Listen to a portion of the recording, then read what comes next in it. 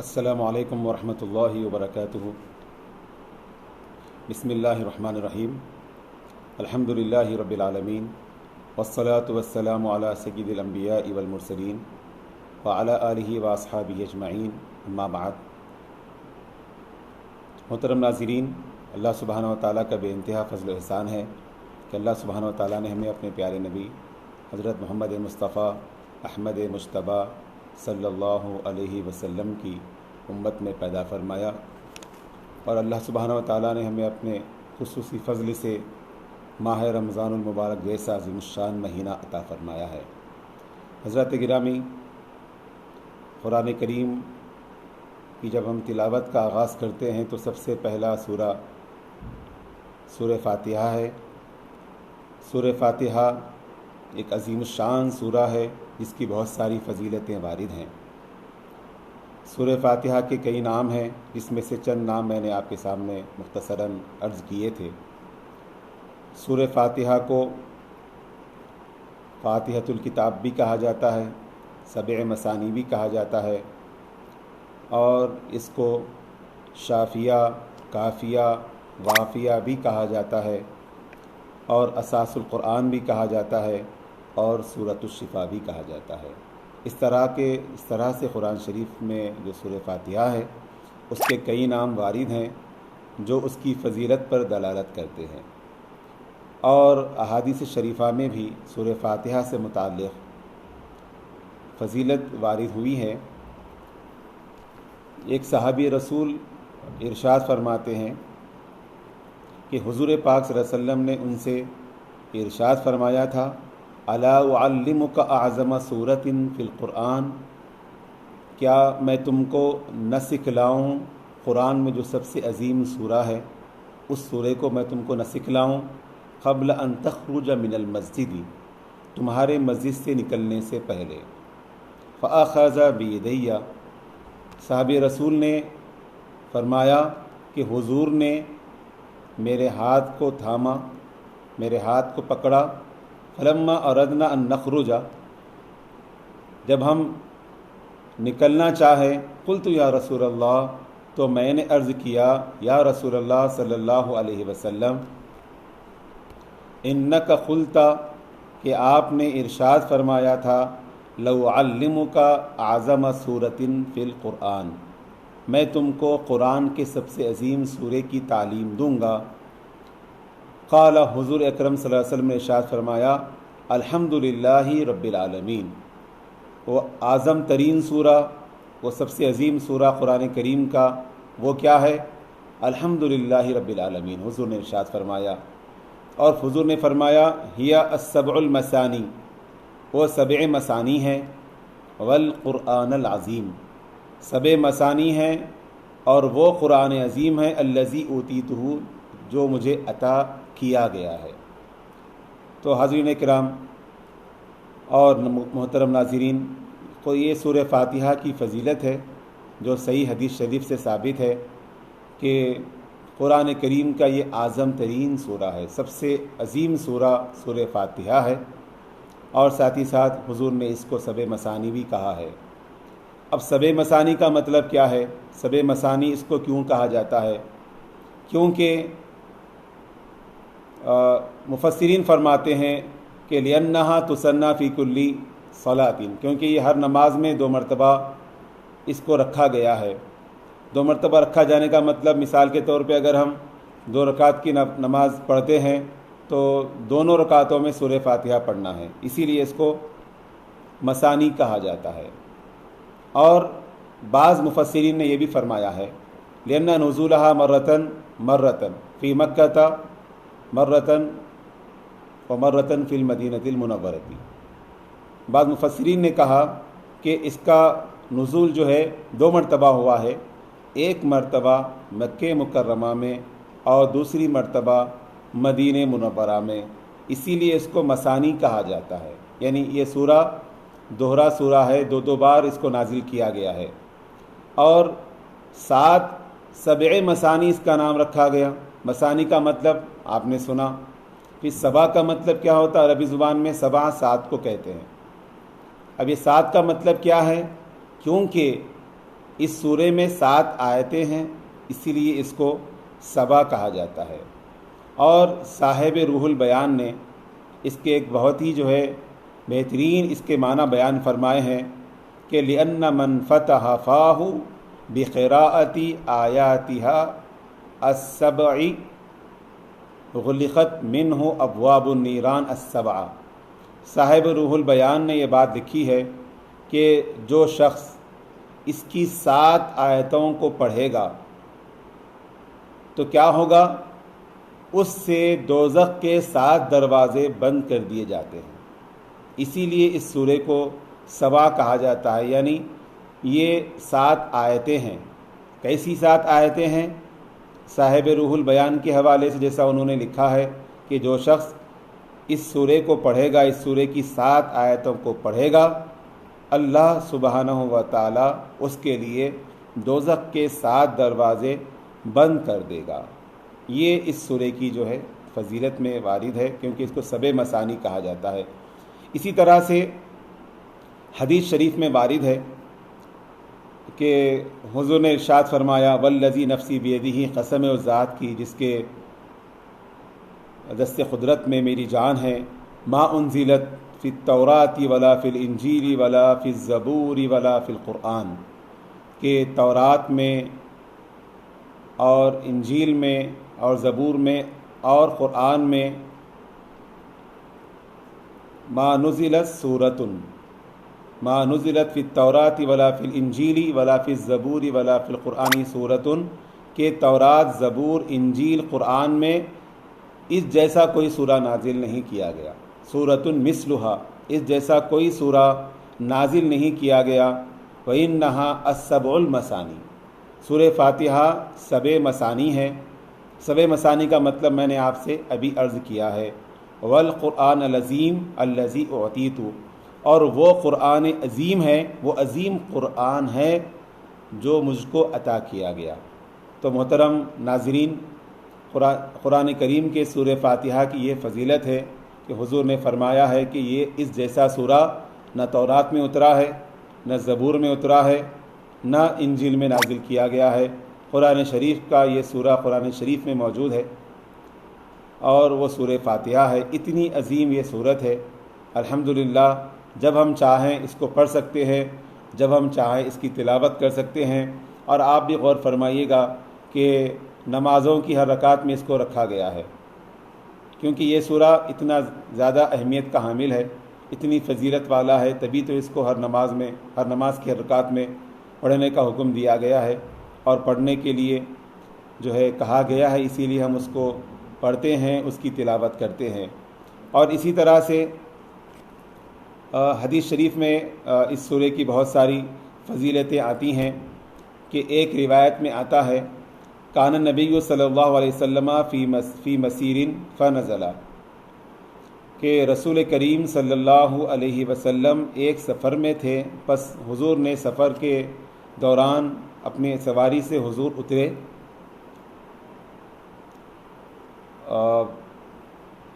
اس کے بعد حضور نے فالتفت النبی علیہ السلام صلی اللہ علیہ وسلم، روایت میں آتا ہے کہ روایت تفصیل کے ساتھ ہے، میں آپ کے سامنے اختصاراً عرض کر رہا ہوں کہ جب حضور سفر کے دوران اپنی سواری مبارک سے اترے تو نبی کریم صلی اللہ علیہ وسلم متوجہ ہوئے، فقال، اور ارشاد فرمائے، الا اخبرک بافضل القرآن، حضور نے یہ ارشاد فرمایا، کیا میں تم کو خبر نہ دوں افضل قرآن کے بارے میں، قرآن میں جو سب سے زیادہ افضل ہے اس کے بارے میں خبر نہ دوں؟ قال بلا، تو جو صاحب تھے حضور کے ساتھ میں جو صحابی تھے انہوں نے عرض کیا، کیوں نہیں؟ فتلا الحمدللہ رب العالمین، تو حضور پاک صلی اللہ علیہ وسلم نے الحمدللہ رب العالمین کی تلاوت فرمائی۔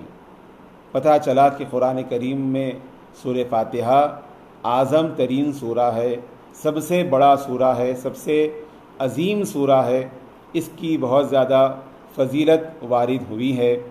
اور ایک روایت میں آتا ہے کہ اذا قرأتم الحمدللہ فقرؤوا بسم اللہ الرحمن الرحیم انہا ام القرآن، ایک روایت میں آتا ہے کہ جب تم الحمدللہ ہی پڑھو تو تم بسم اللہ الرحمن الرحیم پڑھو، انہا ام القرآن، کیونکہ یہ سورہ ام القرآن ہے، قرآن کریم کی اصل ہے، قرآن کریم کی بنیاد ہے، اسی لیے اس کو ام القرآن بھی کہا گیا ہے۔ والسبع المثانی، ام القرآن بھی ہے اور سبع مثانی بھی ہے۔ وبسم اللہ الرحمن الرحیم احدی آیاتہا، اس طرح سے مکمل روایت میں آیا ہے کہ بسم اللہ الرحمن الرحیم کیا سورہ فاتحہ کا جز ہے یا پھر سورہ فاتحہ کا جز نہیں ہے، یہ الگ علماء کے درمیان میں ایک الگ سے اختلافی مسئلہ ہے۔ اس میں گئے بغیر میں آپ کے سامنے صرف سورہ فاتحہ کی فضیلت عرض کر رہا ہوں۔ بہرحال سورہ فاتحہ کی اس طرح سے مختلف فضیلتیں وارد ہوئی ہیں، اور حضرات گرامی سورہ فاتحہ کے جو بہت سارے نام ہیں اس میں نے ابھی آپ کے سامنے عرض کیا تھا کہ سبع مثانی ہیں، ام القرآن ہیں، اور ساتھ ہی ساتھ اس سورہ کو سورۃ الصلاۃ بھی کہا گیا ہے۔ سورۃ الصلاۃ اس لیے کہا گیا کیونکہ نماز کی ہر رکعت میں اس کو پڑھا جاتا ہے، اسی لیے اس کو سورۃ الصلاۃ بھی کہا گیا ہے، اور ساتھ ہی ساتھ اس سورہ کو سورۃ الشفا بھی کہا گیا ہے۔ سورۃ الشفا کا مطلب یہ ہے کہ کوئی بھی اگر مسئلہ ہو، کوئی بھی اگر بیماری ہو تو یہ سورہ پڑھ لیں تو اللہ سبحانہ و تعالیٰ اپنے فضل و کرم سے اور اس سورہ کی برکت سے اس پڑھنے والے کو اللہ تعالیٰ شفا عطا فرمائے گا۔ اور ساتھ ہی ساتھ شفا بھی اس کا نام ہے، شافیہ بھی اس کا نام ہے۔ شفا کا مطلب شفا ہے اور شافیہ کا مطلب شفا دینے والا سورہ ہے۔ اور اس کے دوسرے ناموں میں سورۃ السؤال بھی ہے۔ سؤال کا مطلب سوال کرنا، کیونکہ اس کے اندر سوال کا اللہ کی بارگاہ میں سوال کرنے کا طریقہ سکھلایا گیا ہے کہ سوال کیسے کریں اور کس طرح سے اللہ سبحانہ و تعالیٰ سے مانگیں، اس لحاظ سے اس کو سورۃ السؤال بھی کہا جاتا ہے۔ یعنی دیکھیے آپ سورہ فاتحہ کا آغاز کرتے ہم الحمدللہ رب العالمین الرحمن الرحیم مالک یوم الدین ایاک نعبد و ایاک نستعین اہدنا الصراط المستقیم۔ یہ جو سوال ہو رہا ہے، پہلے اللہ سبحانہ و تعالیٰ کی تعریف ہے، اللہ تعالیٰ کی صفات کا ذکر ہے، پھر اللہ تعالیٰ کی عبادت اور استعانت کے حوالے سے بندے کہتے ہیں کہ ہم تیری ہی عبادت کرتے ہیں اور تجھ ہی سے مدد مانگتے ہیں۔ اس کے بعد پھر سوال کا طریقہ بتایا گیا، اہدنا الصراط المستقیم، اے اللہ تعالیٰ ہم تجھ سے سوال کرتے ہیں، ہم تجھ سے صراط مستقیم پر قائم رہنے کی ہدایت کا سوال کرتے ہیں، صراط مستقیم ہم تجھ سے طلب کرتے ہیں۔ تو یہ جو سوال کا طریقہ سورہ فاتحہ میں بتایا گیا، اسی لیے اس سورہ کو سورہ فاتحہ کے ساتھ ساتھ سورۃ السؤال بھی کہا جاتا ہے۔ مفسرین کرام نے کہا ہے کہ دیکھیے اس سورہ میں سوال کرنے کا طریقہ بیان کیا گیا، لیکن جب ہم سورہ کا آغاز کرتے ہیں تو ڈائریکٹ سورہ کا آغاز سوال سے نہیں کیا گیا، بلکہ پہلے اللہ سبحانہ و تعالیٰ کی حمد ہے، اللہ تعالیٰ کی صفات اس کے اندر مذکور ہیں، پھر اس کے بعد اللہ سبحانہ و تعالیٰ کی عبادت کے حوالے سے، اس سے استعانت اور مدد حاصل کرنے کے حوالے سے بندہ جو ہے اللہ تعالیٰ سے عرض کرتا ہے، پھر اس کے بعد سوال کے بارے میں کہا گیا، سوال کا طریقہ بیان کیا گیا۔ تو مفسرین نے فرمایا ہے کہ جب بھی بندے کو دعا کرنا ہو تو وہ ڈائریکٹ پہلے اپنا سوال نہ کرے، بلکہ اللہ تعالیٰ کی پہلے حمد بیان کرے، اللہ تعالیٰ کی تعریف کرے، اللہ تعالیٰ کی ثنا کرے، اور پھر اس کے بعد جو دعا کرنے والے نیک بندے ہیں ان کی دعاؤں کے ساتھ اپنی دعا کو بھی شامل کرے۔ اس طرح کرنے سے امید ہے، بہت زیادہ امید ہوتی ہے کہ دعا اس بندے کی قبول ہو جائے۔ دیکھیے اب سورہ فاتحہ میں جہاں پر اللہ تعالیٰ کی حمد ہے، پھر حمد کے بعد رب العالمین یہ اللہ کی صفت ہے، الرحمن الرحیم یہ بھی اللہ کی صفتیں ہیں، مالک یوم الدین یہ بھی اللہ کی صفات ہیں۔ اس کے بعد ایاک نعبد و ایاک نستعین، اس کے اندر بھی غور فرمائیے گا کہ قرآن کریم کا ایک ایک حرف اگر بند مسلم اس پر غور کرے گا تو ایک ایک حرف کے اتنے زیادہ معانی ہوں گے کہ ہم اس کو شمار بھی نہیں کر سکتے۔ اسی حوالے سے صاحب قصید بردہ نے کیا ہی بہترین فرمایا ہے، لہا معان کموج البحر فی مدد، کہ قرآن کریم کی آیات کے معانی کس طرح سے ہیں، زیادتی میں کس طرح سے ہیں، کموج البحری، سمندر کی موجوں کی طرح اس کے معنی ہیں۔ سمندر کی موجیں کبھی ختم نہیں ہوتی ہیں، اسی طرح سے قرآن کریم کے مفاہیم، قرآن کریم کے مطالب، قرآن کریم کے معانی یہ کبھی ختم نہ ہونے والا سلسلہ ہے۔ جو بندہ اس میں جتنا زیادہ غور کرے گا، جتنا زیادہ تدبر کرے گا، جتنا زیادہ تفکر کرے گا، اتنے اس پر معانی کا سمندر ہے، معانی کے موجیں ہیں جو اس کے بعد ایک کے بعد دیگریں اس پر آتی جائیں گی۔ وفوق جوہرہ فی الحسن والقیم، اس طرح سے صاحب بردہ نے فرمایا کہ جو ہے اس کے جوہر کے اوپر کہ وفوق جوہری فی الحسن والقیم، حسن میں اور قیم میں یہ کیا ہیں؟ اس کے جوہر کے اوپر آیتیں ہیں۔ یہ قرآن کریم کی آیات کی تعریف ہے۔ اس طرح سے آپ غور فرمائیے گا کہ سورہ فاتحہ کا جب ہم آغاز کرتے ہیں، حمد کے بعد اللہ تعالیٰ کی صفات مذکور ہیں، پھر ان صفتوں کے بعد یہ ہمیں بتایا گیا کہ ایاک نعبد و ایاک نستعین، کہ یہ کہا جاتا ہے بندہ یہ اللہ تعالیٰ کی بارگاہ میں عرض کرتا ہے کہ ہم تیری ہی عبادت کرتے ہیں، تیری ہی ہم عبادت کرتے ہیں، و ایاک نستعین، اور تجھ ہی سے مدد طلب کرتے ہیں۔ حاضرین کرام غور فرمائیے گا، اگر ہم جماعت کے ساتھ نماز پڑھ رہے ہیں اور سب کی جانب سے اگر یہ کہا گیا ایاک نعبد و ایاک نستعین، تو برابر ہے کہ سب مل کر جماعت کے ساتھ پڑھیں تو جمع کے صیغے کے ساتھ کہیں گے کہ تیری ہی ہم عبادت کرتے ہیں۔ جمع کی ضمیر ہے ان آیتوں کے اندر، نعبد ایاک نعبد و ایاک نستعین، ان دونوں آیتوں میں جمع کی ضمیر ہے کہ ہم تیری ہی ہم عبادت کرتے ہیں اور تجھ ہی سے ہم مدد مانگتے ہیں۔ آپ غور فرمائیے کہ جب بندہ تنہا نماز پڑھتا ہے تبھی بھی انہی آیتوں کو پڑھتا ہے اور اسی صیغے کے ساتھ پڑھنا ہے، کیونکہ قرآن میں اسی صیغے کے ساتھ قرآن نازل کیا گیا ہے، جمع کے صیغے کے ساتھ قرآن کو اتارا گیا ہے۔